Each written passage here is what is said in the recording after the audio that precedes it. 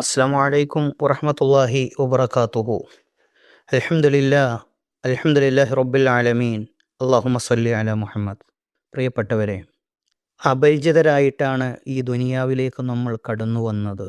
മാതാവിൻ്റെ ഗർഭാശയത്തിൽ നിന്ന് വന്ന നമ്മൾ ഒന്നും അറിയാതെ, എന്തു ചെയ്യണമെന്നറിയാതെ കരഞ്ഞിട്ടുണ്ട്. എന്നാൽ ഇനിയൊരു അപരിചിത്വം നമുക്ക് വരാനുണ്ട്. അത് നമ്മുടെ ഖബറിലും കഫൻ പുടവയിലുമാണുള്ളത്. ഈ ദുനിയാവിൽ ഞാനും നിങ്ങളും ഒരുപാട് കാലങ്ങളായി ജീവിക്കുകയാണ്. ഇനി നമുക്കൊരു യാത്ര പോകാനുണ്ട്. സുദീർഘമായ യാത്രയാണ് പോകാനുള്ളത്. പക്ഷേ അതിനു വേണ്ട വിഭവങ്ങൾ നമ്മുടെ കൈകളിലുണ്ടോ എന്ന് ആലോചിക്കണം.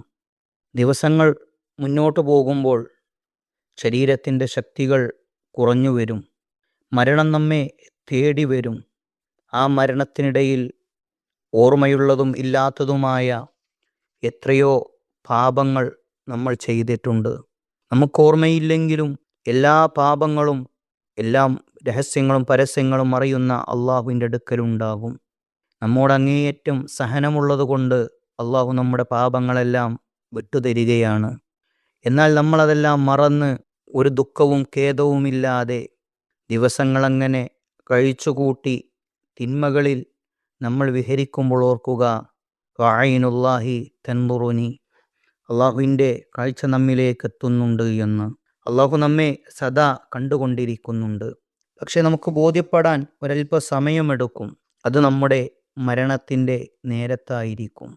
അന്നു നമ്മൾ തീരാ സങ്കടത്തിലായിരിക്കും. ആ തീരാ സങ്കടം ഒരാളും കാണുന്നില്ല. നമ്മൾ തീരാ സങ്കടത്തിലാകുമ്പോൾ വീട്ടിലുള്ളവർ നമ്മെ കുളിപ്പിക്കാനും നമ്മെ കഫൻ ചെയ്യാനും വേണ്ടിയുള്ള ഓട്ടങ്ങളിലും നമുക്കുള്ള ഖബർ റെഡിയാക്കാനുള്ള ഓട്ടത്തിലുമായിരിക്കും. പിന്നീട് നമ്മൾ ഒരു യാത്ര പോകും. ആ യാത്രയിൽ അതുവരെ കൂടെയുണ്ടായിരുന്ന ഒരാളും നമ്മോട് കൂടെയില്ലാതെ, നമുക്ക് കഫൻ തുണിയും കൂട്ടത്തിൽ പുരട്ടിയ അത്രകളും മാത്രം ബാക്കിയായി ദുനിയാവിൽ നിന്ന് പള്ളിക്കട്ടിലിൽ ആലാളുകളുടെ ചുമലിൽ നമ്മൾ കൊണ്ടുപോകും.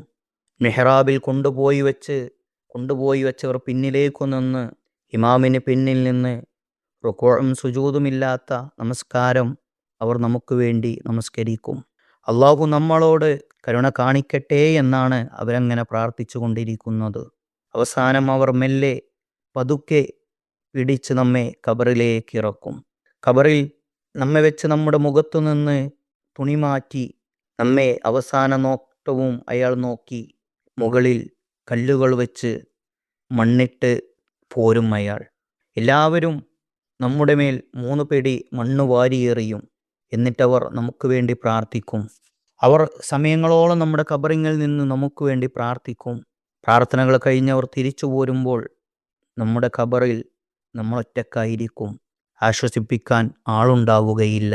കൂട്ടിന് കിടക്കാൻ ആരുമുണ്ടാവുകയില്ല.